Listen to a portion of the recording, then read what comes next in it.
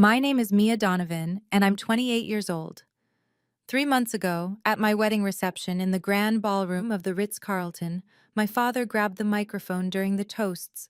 But instead of congratulations, he announced to 300 guests that I was not his biological daughter, calling me a bastard who didn't deserve the Donovan name or a penny of inheritance. The crystal chandeliers seemed to dim as every eye turned to me in my Vera Wang dress. But what happened next changed everything, because my 85-year-old grandmother had been waiting 20 years for this exact moment. Before I continue, please take a moment to like and subscribe, but only if you genuinely enjoy this story. I'd love to know where you're watching from and what time it is there. Let me take you back to how a kindergarten teacher ended up controlling a $500 million empire. The Donovan name carried weight in Boston. My father, Robert Donovan, had built Donovan Industries from a small construction firm into a $500 million real estate empire over 30 years. His Patek Philippe watch alone cost more than my annual teaching salary, a fact he mentioned whenever I visited the corporate headquarters. He divorced my mother when I was 5. The official story was irreconcilable differences, but I later learned she'd simply refused to become the trophy wife he demanded. She died in a car accident 3 years later, leaving me to navigate the Donovan world alone. By the time I was 8, Robert had married Margaret Stone, his company's CFO. Margaret arrived with her own arsenal of weapons, a Harvard MBA, a collection of Hermes Kelly bags, and an uncanny ability to make me feel invisible in my own father's house. Together, they had Victoria, my half-sister, who emerged from the womb with a silver spoon and a 5-year plan. While Victoria attended Swiss boarding schools and summer programs at Wharton, I went to public school. While she discussed quarterly projections at dinner, I talked about finger painting. Dad's jaw would tighten every time. "You're wasting your potential, Mia," he'd say, cutting his steak with surgical precision. No Donovan has ever been a glorified babysitter. The only person who never made me feel less than was Grandma Helen. At family gatherings, while Robert paraded Victoria's achievements, Helen would sit quietly in her wheelchair, an old leather briefcase always beside her. She'd been silent at most family events since Grandpa William died in 1995. But her eyes tracked everything. Sometimes I'd catch her studying me with an expression I couldn't quite read. "Your grandfather would have loved your spirit," she told me once, when I'd graduated from college with my teaching degree. Robert had refused to attend the ceremony. He always said the best leaders serve others first. I didn't understand what she meant then. I would later. Everything changed when I met James Mitchell. He was the opposite of what my father expected. A brilliant MSA lawyer who saw my teaching career not as a weakness, but as proof of character. When he proposed after 2 years of dating, I said yes without hesitation. We announced our engagement at the monthly Donovan family dinner, held in my father's Beacon Hill mansion. The dining room, with its Waterford crystal and oil paintings of stern-faced ancestors, had witnessed countless humiliations. This night would be no different. "A kindergarten teacher marrying a lawyer?" Robert said, barely glancing up from his wine. "At least someone in this union has ambition." Margaret's smile was razor-sharp. "How quaint? Though perhaps a small ceremony would be more appropriate, something befitting Mia's position in the family." Victoria, fresh from her Harvard MBA graduation, twirled her champagne flute. "I assume you're not expecting Daddy to pay? I mean, my wedding budget is already allocated for next year. Theoretical wedding, of course, but one must plan ahead when marrying within one's circle." James squeezed my hand under the table, but I kept my voice steady. "We're planning to pay for everything ourselves." "Wise choice," Robert said. "Don't expect the Donovan name to open any doors for you." The only unexpected moment came when Grandma Helen, silent through most of dinner, suddenly turned to James. "You specialize in trust law, don't you?" "Among other things, yes," James replied, surprised by her interest. "Fascinating field," she murmured, her fingers drumming against that ever-present briefcase. "So many secrets hidden in proper documentation." Robert's fork clattered against his plate. Mother, surely we can discuss something more relevant than legal minutiae. But Helen just smiled, a secret dancing in her eyes that made my father visibly uncomfortable. Planning a wedding without family support taught me exactly where I stood. Robert refused any financial contribution, making it clear at every opportunity that this was Mia's little project. James and I budgeted carefully, choosing the Ritz-Carlton only because James's firm had a corporate discount. The guest list became a battlefield. Robert insisted on inviting 300 people, all business associates, potential clients, and society figures. If you're using the Donovan name on those invitations, you'll do it properly, he commanded. My list of 20 teaching colleagues was relegated to the back tables. Margaret took particular pleasure in her sabotage. During a meeting with the wedding planner, she casually mentioned to the florist, loud enough for others to hear, that I wasn't technically a full Donovan. The florist's eyes had darted between us, sensing gossip worth spreading. We're just managing expectations about Mia's position in the family, Margaret explained with practiced concern. It's only fair people know what they're celebrating. Victoria orchestrated her own cruelties. She convinced Robert to host a pre-wedding cocktail party where she was introduced to every guest as the future of Donovan Industries, our real successor. She'd chosen $50,000 worth of flower arrangements to help poor Mia's budget, ensuring everyone knew who held the purse strings. Through it all, Grandma Helen watched. One afternoon, she pulled me aside with an unusual request. "Dear, I need a copy of your birth certificate," she said, clutching that familiar briefcase. "For my memories, you understand. I like to keep important family documents." "Of course, Grandma," I replied, though something in her tone suggested this wasn't about sentimentality. She patted my hand, her grip surprisingly firm. "Sometimes, my dear, the most powerful weapons are the ones nobody sees coming." The morning of my wedding arrived with September sunshine streaming through the presidential suite windows. I should have been focused on my hair appointment, my dress, the photographer arriving in an hour. Instead, I watched my grandmother settle into an armchair, her weathered briefcase placed deliberately on the coffee table. "You look beautiful, dear," Helen said, though I was still in my robe. "Your grandfather would be so proud today." She opened the briefcase with reverent care, revealing stacks of documents I couldn't quite see. "I'm going to leave this in your room safe," she announced. "The combination will be your grandfather's birthday, just in case." "In case of what, Grandma?" "One never knows when truth might need documentation," she said cryptically, then turned to James, who'd stopped by to deliver my something blue, a sapphire hairpin from his mother. "Mr. Mitchell, might I suggest you keep your phone's recording application readily accessible today? Legal proceedings sometimes benefit from contemporaneous evidence." James exchanged a glance with me but nodded. "Of course, Mrs. Donovan." As Helen secured the briefcase in the safe, Victoria arrived, ostensibly to fulfill her bridesmaid duties, but really to deliver one last blow. "Daddy's updating his will next week," she announced while my makeup artist worked, making everything official about the succession. "I wanted you to know well, before you got your hopes up about anything changing after today." "I never expected anything from him, Victoria." "Good. Because the Empire needs someone who understands business, not someone who reads picture books for a living." She examined her manicured nails. "Oh, and Daddy's speech tonight? He insisted on going last, said he has something special planned." After she left, Helen took my hands. "Remember something, Mia. Your grandfather built this company from nothing, but he wasn't alone. Some truths have perfect timing, dear. Today might surprise us all." The briefcase in the safe seemed to pulse with possibility, but I pushed the thought away. This was my wedding day. What could possibly go wrong? The Ritz-Carlton Gardens bloomed with September roses as 300 guests took their seats.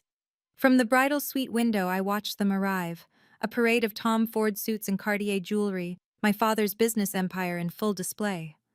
My teaching colleagues clustered together, clearly overwhelmed by the opulence. Robert waited at the door, checking his Patek Philippe impatiently. Let's get this over with, he muttered, offering his arm with all the warmth of a contract negotiation. The walk down the aisle felt endless. I heard the whispers as we passed. The teacher daughter. Can you imagine? At least she married well. Robert's jaw tightened with each comment, as if my existence personally offended him. At the altar, James waited, his eyes soft with understanding. When Robert placed my hand in his, he couldn't resist one final dig. She's your problem now, counselor. But James just smiled, squeezing my fingers. My privilege, actually. The ceremony itself was beautiful, despite the undercurrents. When James spoke his vows, his voice carried across the garden. Mia, you see the worth in everyone around you. Today, I promise to make sure the world sees yours. Victoria stood behind me, her bridesmaid smile painted on, but never reaching her eyes. During the ring exchange, she whispered just loud enough for the front rows to hear. Some of us were born for this world, others just married into it. As we were pronounced husband and wife, I noticed something odd. Several Donovan Industries executives in the crowd looked distinctly uncomfortable, exchanging nervous glances. The company's entire board of directors was present, but they kept checking their phones, as if waiting for something. Walking back down the aisle as Mrs. Mitchell, I caught Grandma Helen's eye. She nodded once, slowly, deliberately.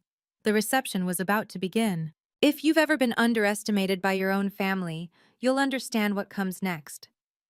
Drop a comment. I read every single one, and your stories give me strength. The Ritz-Carlton ballroom glittered with crystal chandeliers and candlelight. 300 guests found their seats while a string quartet played softly. The head table displayed the hierarchy perfectly. Robert and Margaret at the center, Victoria to their right, James and I somehow pushed to the far left, and Grandma Helen positioned where she could see everyone. The toasts began with calculated precision. Margaret went first, her Hermes clutch coordinating perfectly with her speech's backhanded compliments. Mia has always had such simple dreams, she purred into the microphone. While some girls dream of boardrooms and stock portfolios, she dreamed of finger paintings. How quaint that she found someone who appreciates her humble ambitions. Nervous laughter rippled through the crowd. My teacher colleagues shifted uncomfortably while the business elite nodded approvingly. Victoria followed, raising her champagne with practiced elegance. To my father's legacy, the real Donovan legacy that runs in the blood, not just in name. Some of us were born to lead empires, others to teach children their ABCs, to knowing one's place. To knowing one's place, the crowd echoed, though I noticed several board members didn't raise their glasses. Tea. The business partners took their turns, each toast pointedly celebrating the Donovan Empire, while barely acknowledging my existence. One particularly bold executive actually said, "Robert, your true heir is clearly Victoria. The company's future has never looked brighter." Through it all, Robert sat silent, occasionally conferring with two men I recognized as company lawyers. They kept showing him documents on a tablet, their expressions growing increasingly concerned. Margaret leaned over, loud enough for our table to hear. "Robert's saving the best for last. He's prepared something special for tonight." The string quartet paused. The room fell silent. Robert Donovan stood, straightening his Italian suit, and walked to the microphone with the confidence of a man about to destroy something. He tapped the mic once. The sound echoed like a judge's gavel. "Before we continue this charade," Robert began, his voice cutting through the ballroom like a blade, "there's something everyone here needs to know." The champagne flute in my hand trembled slightly. James reached for my other hand under the table. 28 years ago," Robert continued, his eyes finding mine with surgical precision, "my first wife betrayed me. She had an affair. The child she claimed was mine wasn't." Gasps erupted across the room.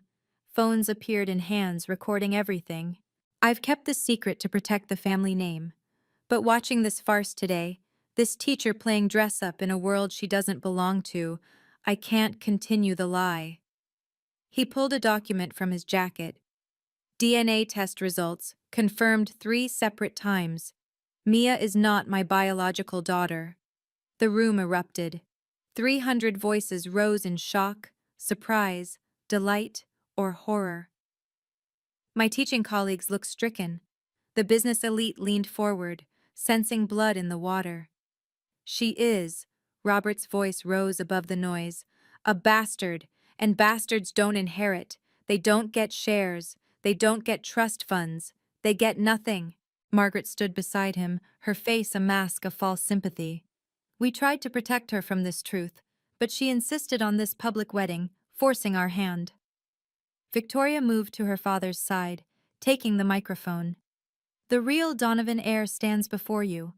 The company will pass to someone with actual Donovan blood, someone with an MBA from Harvard, not someone who reads picture books for a living.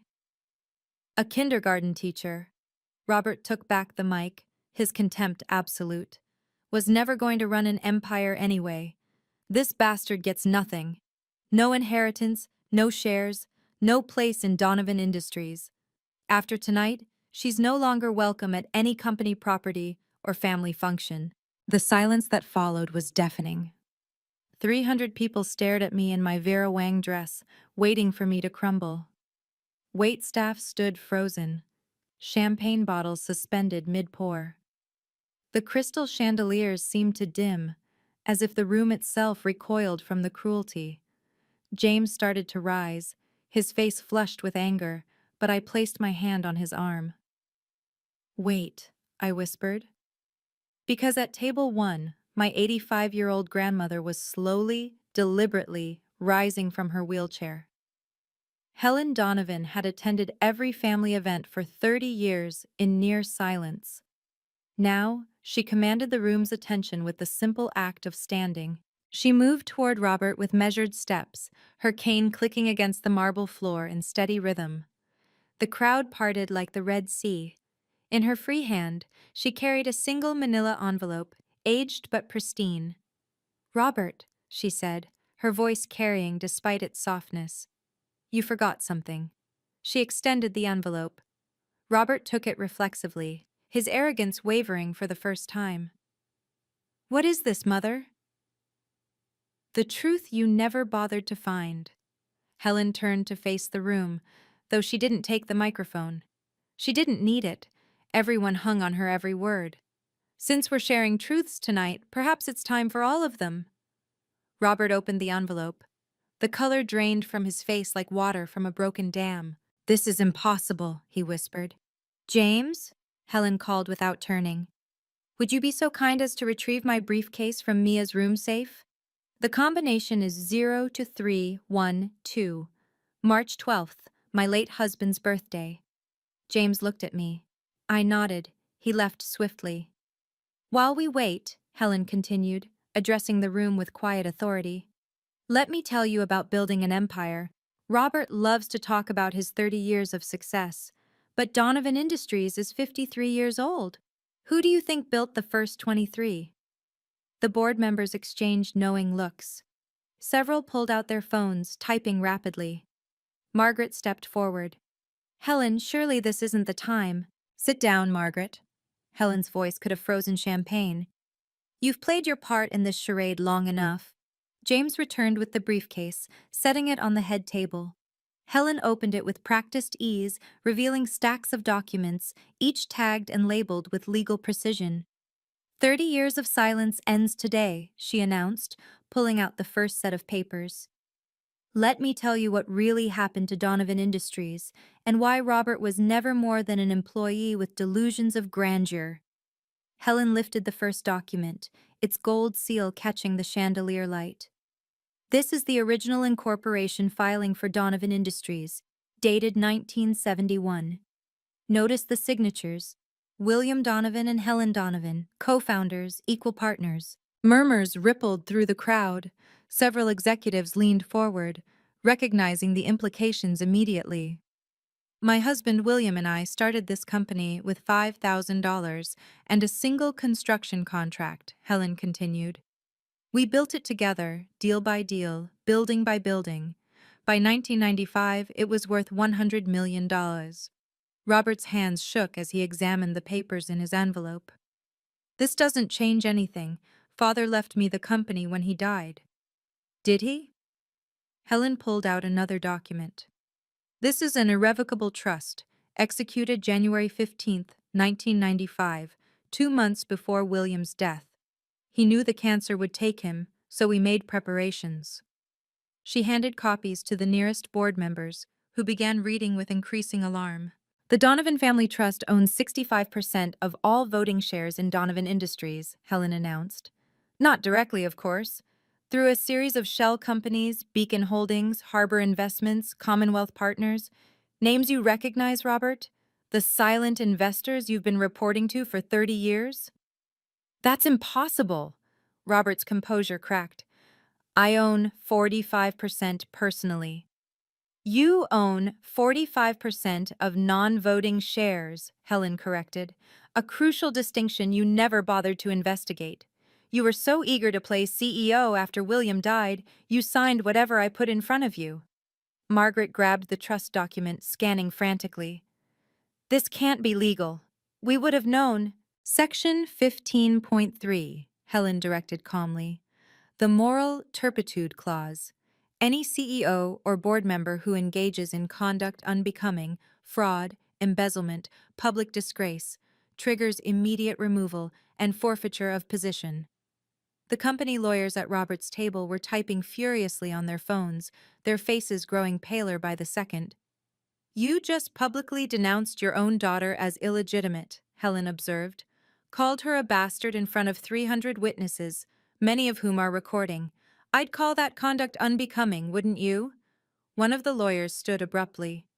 Mr. Donovan, we need to speak privately. Now. But Helen wasn't finished. She pulled out one more document, this one in a medical folder. Before we discuss succession, let's address your little DNA fiction. The truth was documented all along. Sometimes justice just needs perfect timing. If you believe in karma, hit that subscribe button.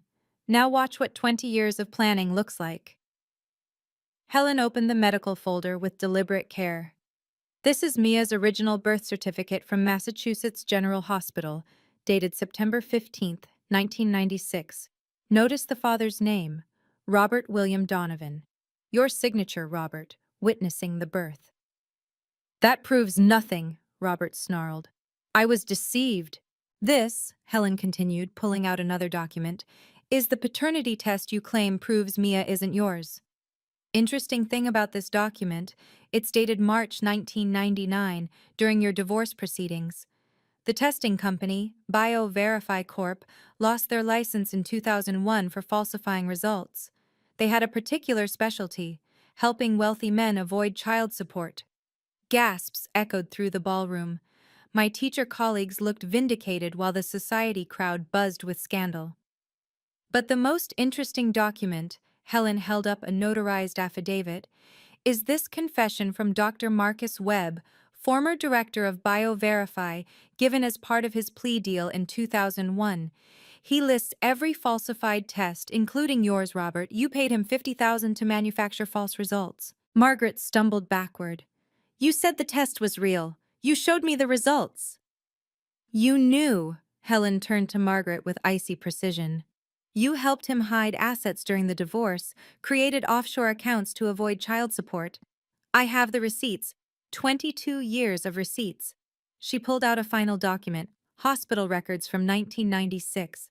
For those still doubting, here's the genetic marker test done at birth for the hereditary kidney condition that runs in the Donovan family. Mia has it. So did William. So do you, Robert. The probability of that occurring without biological relationship? 0. Victoria grabbed the papers, reading frantically. This has to be fake. Daddy, tell them it's fake. Robert's lawyers were backing away from him now, one speaking urgently into his phone. We need the entire legal team here. Now. Yes, all of them.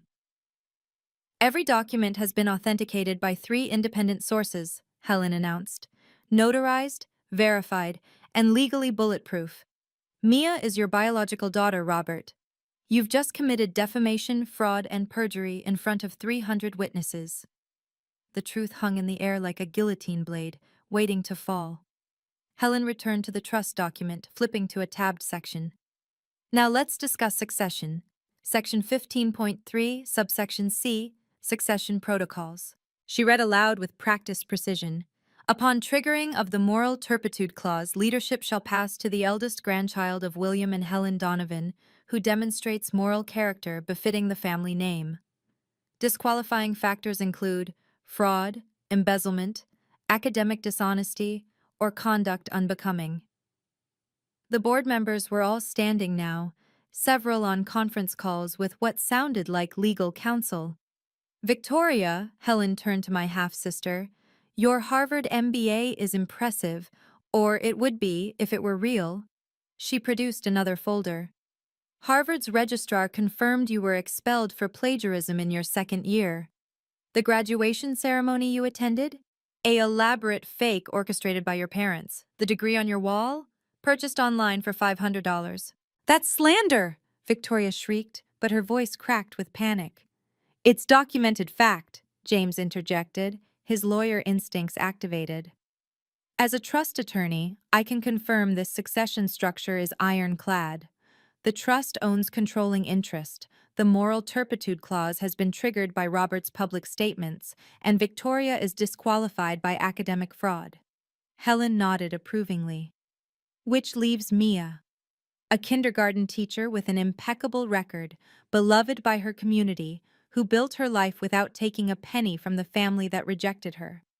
The trust recognizes her as the rightful heir. One of the board members, Mr. Harrison, cleared his throat. Mrs. Donovan, are you saying Mia now controls the 65% voting shares? I'm saying, Helen replied with quiet satisfaction, that according to the trust's automatic succession protocols, Mia became the controlling shareholder of Donovan Industries the moment Robert called her a bastard. The company's new chair of the board is sitting right there in her wedding dress. The room exploded. Board members rushed toward our table. Executives pulled out contracts and phones. The society photographers who'd been hired for the wedding began snapping pictures of what was becoming the business story of the year. Robert stood frozen, his empire crumbling in real time. You planned this. You've been planning this for years. 20 years to be exact, Helen confirmed. Ever since you first denied Mia her birthright. I've been waiting for you to hang yourself publicly. Tonight, you finally provided the rope. Mr. Harrison, the lead independent director, stepped forward with 4 other board members. Mrs. Donovan, if what you're saying is accurate, we need to convene an emergency board meeting immediately. Then convene it, Helen replied simply. 5 independent directors are present. That's a quorum. Harrison looked at the other directors, then at the room full of witnesses. Very well. I call this emergency meeting of Donovan Industries board to order. The motion before us. Removal of Robert Donovan as CEO per the Trust's moral turpitude clause, and appointment of Mia Donovan Mitchell as interim chair. This is insane, Robert shouted. You can't do this at a wedding. The bylaws don't specify location requirements, Harrison replied coldly. And after what we've just witnessed, immediate action is required. Discussion? Mrs. Chen, another independent director, stood. I've served on this board for 15 years. In that time, I've watched Robert systematically marginalize his eldest daughter while promoting an unqualified heir. The trust terms are clear. I see no choice. The legal liability alone from his public statements tonight could cost the company millions, added Director Thompson. He's created a hostile work environment, admitted to fraud, and destroyed shareholder confidence in leadership. All those in favor of removing Robert Donovan as CEO, Harrison called. 5 hands rose immediately. Against? Robert and Margaret couldn't vote. Conflict of interest. Victoria wasn't a board member. The motion carried 5-0. Motion passes. Robert Donovan is terminated as CEO effective immediately. Security? Harrison signaled to the hotel staff, who'd been joined by company security. Please escort Mr. Donovan and Mrs. Stone from the premises. Now, Harrison turned to me. Ms. Donovan Mitchell, will you accept the position of interim chair? I stood slowly, my wedding dress rustling in the silence. 300 people waited for my response. I accept, I said clearly. My first act as chair is to order a complete forensic audit of the past 10 years of financial records. Robert's face went from red to white. Margaret actually swayed on her feet. My second act, I continued, is to confirm Mr. Harrison as interim CEO while maintaining my teaching position. The room erupted in surprised approval. Helen wasn't finished. She pulled out a thick-bound report from her briefcase, the Deloitte logo visible on its cover. Speaking of forensic audits, I took the liberty of commissioning one 6 months ago, privately funded, completely independent. She handed copies to the board members and James. Robert, you've embezzled approximately $30 million over the past decade. The methodology was clever: inflated contractor costs, phantom consulting fees, property transfers to shell companies. But every transaction left a trail. Robert lunged for the report, but security held him back. Those were legitimate business expenses. Legitimate businesses don't route payments through the Cayman Islands, Helen observed. Page 47 details how Margaret, as CFO, created false invoices to justify the transfers. Page 86 shows how Victoria received $5 million in consulting fees for work never performed. The board members were flipping through pages, their expressions growing more horrified with each revelation. The clawback provisions in your employment contracts are quite clear, James noted, having speed-read the relevant sections. All improperly obtained funds must be returned, with interest and penalties. We're looking at roughly $45 million in total liability. Furthermore, Helen continued, I've already provided this report to the SEC and the District Attorney's Office. They'll be expecting you Monday morning, Robert. Margaret collapsed into a chair. Our accounts, the houses, everything's in those accounts. Everything purchased with stolen money, Helen corrected. It was never yours to begin with. Director Harrison was on his phone with company lawyers. Freeze all accounts associated with Robert Donovan, Margaret Stone, and Victoria Donovan immediately. Yes, all of them. No, I don't care that it's a Saturday night. Victoria was crying now, mascara streaming down her face. My trust fund. My apartment. Purchased with embezzled funds, I said quietly. The paper trail is extensive. You did this, Robert roared at Helen. You destroyed your own son. No, Helen replied with steel in her voice. You destroyed yourself the day you chose greed over family. I just documented it. Every transaction, every lie, every betrayal. 20 years of evidence waiting for the right moment. The security team stepped forward. Mr. Donovan, Mrs. Stone, Miss Donovan, we need you to come with us now.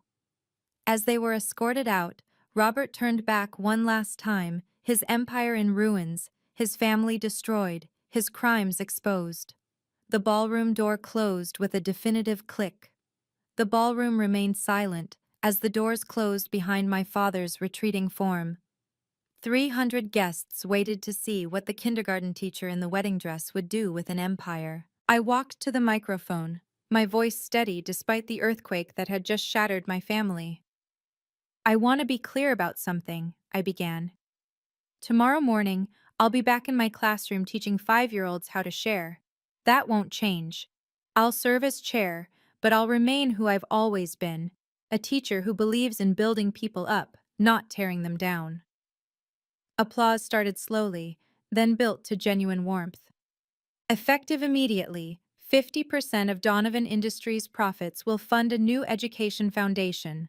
We'll provide resources to underfunded schools, support teachers, and ensure no child is ever told they're worth less because of where they come from. The board members were nodding, some even smiling. This was the kind of PR that could transform the company's reputation overnight. As for my father and his family, I paused, choosing words carefully. They have 30 days to vacate all company properties. Victoria, despite everything, I'm offering you an entry-level position in accounting. If you publicly apologize for your role in this fraud and commit to earning your way honestly. No response came from the door they'd exited through. Mr. Harrison, I turned to the interim CEO. Please ensure all embezzled funds are recovered and returned to the company. Use them to fund employee bonuses for everyone who's worked honestly these past 10 years. The waitstaff actually applauded at that. This is the last time Robert Donovan and I will interact as family, I concluded. Power isn't about titles or bloodlines or Swiss bank accounts. It's about truth, service, and the courage to stand up when standing up seems impossible. I looked at Helen, who nodded with pride. Now, I managed a small smile. This is still my wedding reception. My husband and I would like to share our first dance. Those who wish to stay and celebrate new beginnings are welcome. Those who came for the Donovan name and status are free to leave. About 20 people headed for the exits. The other 280 stayed, raising their glasses in the first genuine toast of the evening. As the string quartet began playing our first dance song, James pulled me close on the dance floor. You handled that with more grace than they deserved, he whispered. Around us, the reception transformed. The artificial hierarchy dissolved as executives approached my teacher colleagues, genuinely interested in their work for the first time. The waitstaff, who'd been invisible all evening, were suddenly being thanked and included in toasts. Helen took the microphone for a proper toast. To my granddaughter, who inherited the only things that truly mattered from the Donovan legacy: integrity and courage. Your grandfather William always said wealth meant nothing without wisdom. Tonight, you proved him right. The applause was genuine this time, warm and sustained. Mr. Harrison approached during the dinner service. Ms. Donovan Mitchell, several major investors have already called. The stock futures are indicating a 30% increase for Monday's opening. The market approves of your leadership. The market approves of accountability, I corrected. Something Donovan Industries hasn't had in years. My kindergarten colleagues had migrated to the main tables, no longer relegated to the back. Mrs. Patterson, who'd taught beside me for 3 years, raised her glass. I always knew you were more than you seemed, Mia, but I never imagined this. I'm still the same person who'll be doing finger paintings on Monday, I assured her. As the evening progressed, more truth emerged. Several executives approached privately, admitting they'd suspected Robert's fraud but feared retaliation. The company's general counsel confirmed that at least a dozen whistleblower complaints had been suppressed over the years. Your grandmother protected us, one senior manager revealed. She's been the shadow board for decades, blocking Robert's worst impulses through those shell companies. We all knew when Beacon Holdings voted against something, it was really Helen. By midnight, as James and I cut our wedding cake, the Ritz ballroom had witnessed something unprecedented, a complete reversal of power accomplished not through corporate warfare, but through patient documentation and perfect timing. Victoria's abandoned bridesmaid bouquet lay forgotten on the head table, a silk monument to misplaced ambition. Monday arrived with a media storm. The Boston Globe ran the headline, "Wedding Coup. Teacher inherits empire after father's public disgrace." By 9 a.m., Donovan Industries stock had risen 32%, the biggest single-day gain in company history. I attended the emergency board meeting between teaching my morning and afternoon kindergarten classes, still wearing the finger paint-stained cardigan that had become my trademark. The contrast with the mahogany boardroom wasn't lost on anyone. The forensic audit revealed additional irregularities, Harrison reported. Robert diverted $8 million more than initially discovered. The FBI has upgraded the investigation to interstate wire fraud. By Wednesday, Robert was arrested at his Beacon Hill mansion. The perp walk made national news, the mighty CEO in handcuffs, his empire dissolved in a single evening. He was charged with 47 counts of embezzlement, fraud, and tax evasion. Margaret turned state's witness within 48 hours, providing prosecutors with detailed records she'd secretly maintained for insurance. Her lawyer negotiated a plea deal, 3 years probation and full cooperation in exchange for avoiding prison time. She kept everything, the lead prosecutor told me. Every email, every falsified document, every offshore transfer. She knew this day might come. Victoria's situation proved even more pathetic. Harvard confirmed they'd been trying to locate her for 2 years regarding the fraudulent graduation claims. Her consulting firm never existed. The IRS opened their own investigation into unreported income. Within a week, she was working as a receptionist at a small accounting firm in Worcester, her first real job at 24. The SEC filing confirming my position as chair went through Thursday. The company implemented new transparency measures, including live-streamed board meetings and quarterly employee town halls. Employee morale soared. The Education Foundation launched with $10 million in initial funding. Applications for Donovan Industries positions increased 400% once word spread about the new leadership's values. Robert's trial was set for spring. His lawyer requested a plea deal, but prosecutors refused. With Helen's 20 years of documented evidence and Margaret's testimony, conviction was virtually guaranteed. He faced 8 to 15 years in federal prison. The evidence is overwhelming, the district attorney announced at a press conference. This case will set a precedent for corporate accountability. 3 months after the wedding, Donovan Industries had transformed. The executive floor, once a fortress of mahogany and intimidation, now housed a state-of-the-art employee daycare center. Every Thursday, I brought my kindergarten class for field trips, teaching them about different careers while executives got on the floor to help with art projects. Miss Mia's company became my students' favorite destination. They didn't know their teacher was worth $300 million on paper. They just knew she still sat cross-legged on the carpet for story time and never missed a single school day. Robert's sentencing made headlines. 8 years in federal prison, no possibility of early release. He'd aged a decade in 3 months, his signature arrogance replaced by hollow defeat. He never looked at me during the sentencing. I didn't attend. I had parent-teacher conferences that day. Margaret received 3 years probation as promised. She moved to Florida, living on the $50,000 yearly allowance the court permitted from her frozen assets. She sent one letter apologizing, which I returned unopened. Victoria surprised everyone. After hitting rock bottom, she enrolled in community college night classes, keeping her receptionist job during the day. She sent a public apology letter to the Boston Globe, acknowledging her fraud and expressing genuine remorse. I didn't respond, but I didn't block her efforts to rebuild either. Helen moved into our Cambridge townhouse, her health fragile, but her spirit triumphant. Every evening, she'd sit with her tea while I graded papers, and James reviewed contracts, our unconventional family finding its rhythm. "Your grandfather would be so proud," she told me one evening, watching me prepare lesson plans while simultaneously reviewing quarterly reports. He always said the best leaders never forget where they came from. The Education Foundation had already funded supplies for 200 classrooms and provided scholarships for 50 first-generation college students. The Thursday field trips became so popular that we launched a city-wide program connecting businesses with elementary schools. My two worlds, classroom and boardroom, merged in ways Robert never could have imagined. Every Thursday, I traded the boardroom for the classroom, and neither role suffered for it. On Helen's 86th birthday, 6 months after the wedding, she called James and me into her room. The briefcase that had changed everything sat open on her bed, nearly empty now, except for one final envelope. "There's something else you should know," she said, her voice softer than usual. I knew about Robert's embezzlement from the beginning.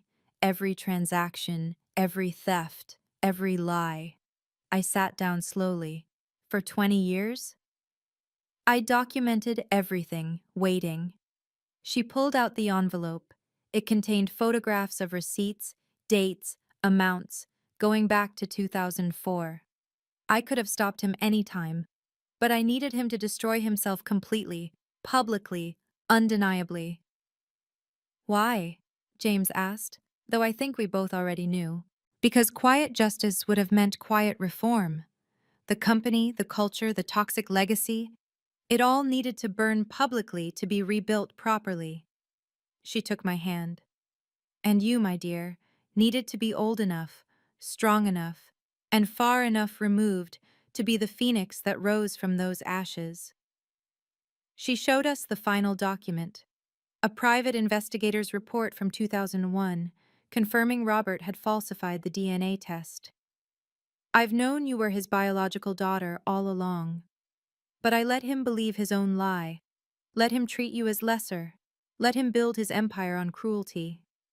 Her eyes glistened. Can you forgive an old woman for using your pain as a weapon against him? I squeezed her weathered hand. You saved me from becoming him. The distance he forced kept me human. Patience isn't passive, she smiled, echoing what would become her most famous quote in the business books written about our story. It's strategic, and 20 years of patience brought perfect justice. That night, I understood the full weight of inheritance, not money or companies, but the long game of truth waiting for its moment. Looking back now, I gained an empire but lost a father, though I'm not sure I ever really had him to lose. The Donovan Industries Tower still bears our name, but it represents something entirely different now. Accountability, service, second chances for everyone except those who had every chance and squandered them all. Robert will be eligible for parole in 6 years. I won't be at the hearing. Margaret sends Christmas cards I don't open. Victoria, to her credit, finished her associate degree and works honestly now, though we'll never be sisters. The family I was born into dissolved, but the family I chose, James, Helen, my students, my colleagues, that's real.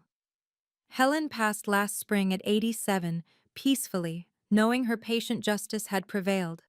Her funeral drew thousands, employees, teachers, students, everyone whose life she'd quietly touched while playing the long game against corruption. Her final words to me: power isn't inherited, dear. It's earned by those willing to wait, document, and strike when the moment demands courage. I still teach kindergarten every morning. I still chair board meetings Thursday afternoons. I gained an empire, but lost a father. The trade was worth it. If you've made it this far, you understand that sometimes the best revenge is patient documentation. What would you have done in my position? Share your thoughts below. I personally read every comment. And if this story resonated with you, please subscribe and share it with someone who needs to hear that their worth isn't determined by those who refuse to see it. Thank you for witnessing my truth.